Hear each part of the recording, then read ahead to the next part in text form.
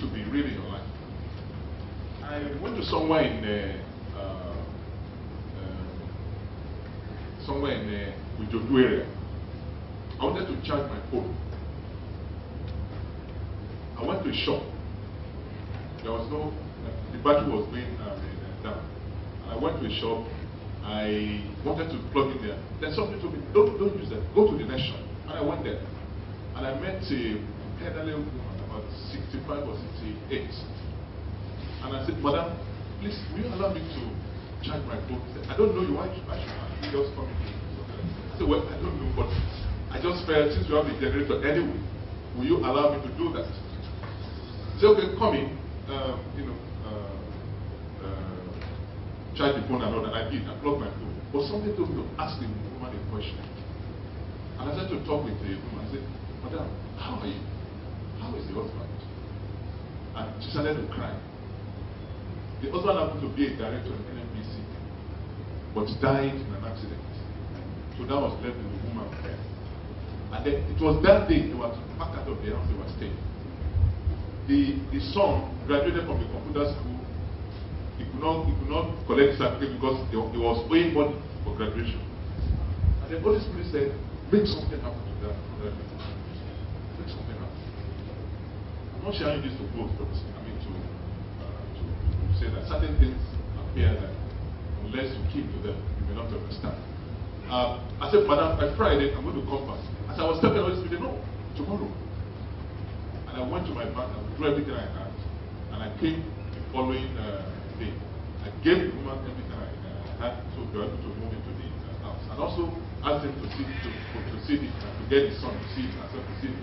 So I gave the son the money, he also collected the certificate. So the woman called me in the night and decided to pray, started praying. And every single week, it has been calling. Now, the connection between them was that about 2 weeks after that, I went to visit a friend. There was a challenge I needed to fix. I didn't have money in my pocket, such. I invested my money in some credit and all that. So I entered to that room and we said hello. I said hello. We discussed the disarrangements and all that. So I wanted to go. Come back, so Brother Ru will come. He said, the Spirit of the Lord said, I should give you 600,000 naira. And then every single month, I will pay you 100,000 naira. And then he said, come the following month. To collect the book. He has not failed. He has been giving me. I showed the check to my colleague with him. So what I'm saying here is this. What we're about to do today, you may not be able to explain, but it works. You have to personally experience it for it to make sense. And that's why I'm asking you to open your mind. Because what the author has done is a great work, which I think everybody should encourage. I quickly just, the title is Money is Spiritual, a manual for creating enduring wealth. The publisher is Quicksand Consulting. Pagination is 167 pages. Then chapter we have 9 chapters. And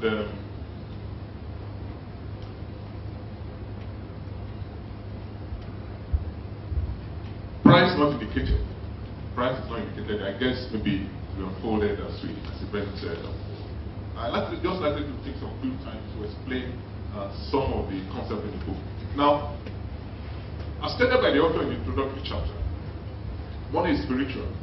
It is meant to share certain deep spiritual principles and laws with the reader, which he believes that when you diligently apply those principles, they are guaranteed to provide you a definite escape way out of poverty. According to the author, I'm quoting him now, I want to assure you that no matter the level of your hopelessness, this sounds spiritual.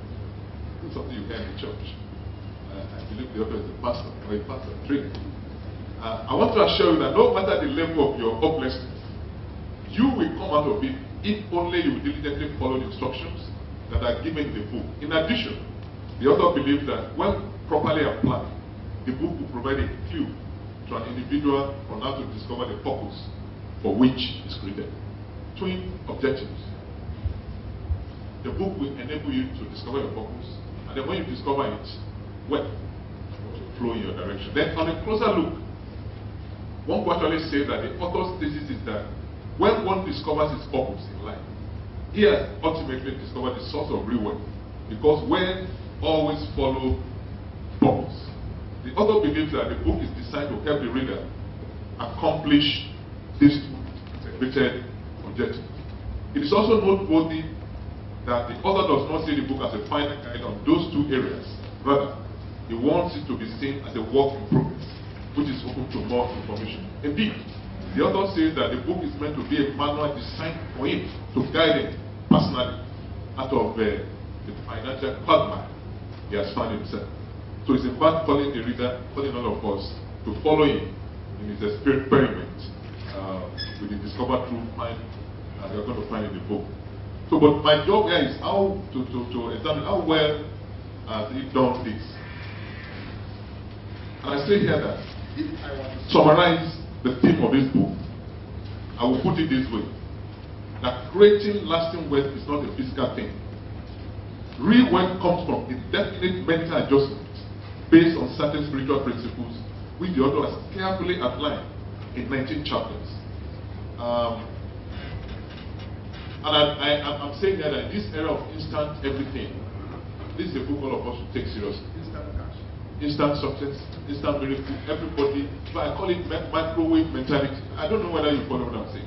Short, one thing, short. But the other is saying that enduring wealth comes through diligent application of these principles as clearly set out here in the books. And I just want to look at some of them. I have read so many books, so many, and I read them on a daily basis. But I took my time to read this book over and over again, and I was able to bring out what the author is trying to put across. So just a few of them I'm going to share with you here, and then I make my own observations.